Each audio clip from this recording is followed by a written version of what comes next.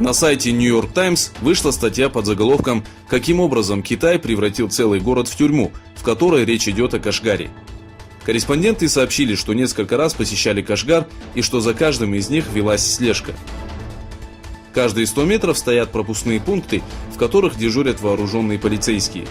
Полицейские проверяют мобильные телефоны иностранцев и удаляют все фотографии, которые считают провокационными. В США прошли протесты в поддержку Восточного Туркестана. Собравшиеся в Вашингтоне уйгурская диаспора и активисты выступили против гонений уйгуров и казахов, репрессий и лагерей пыток. С другой стороны, турецкая диаспора провела антикитайский митинг у здания Народного управления в Голливуде.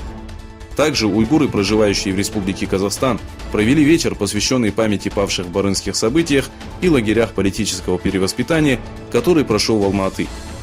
Программа была открыта чтением Корана, после чего была освящена трагедия Восточного Туркестана.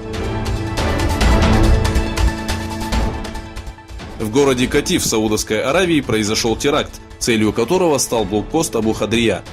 Телеканал Аль-Арабия сообщил, что нападение было совершено 4 террористами при помощи самодельного взрывного устройства. Полиция Саудовской Аравии задержала 2 подозреваемых, а 2 были убиты во время перестрелки.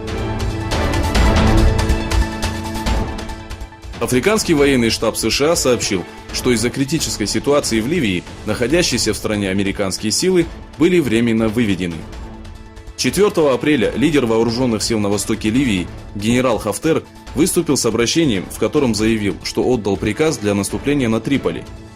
Вооруженное противостояние сил генерала Хафтера и войск правительства национального примирения продолжает.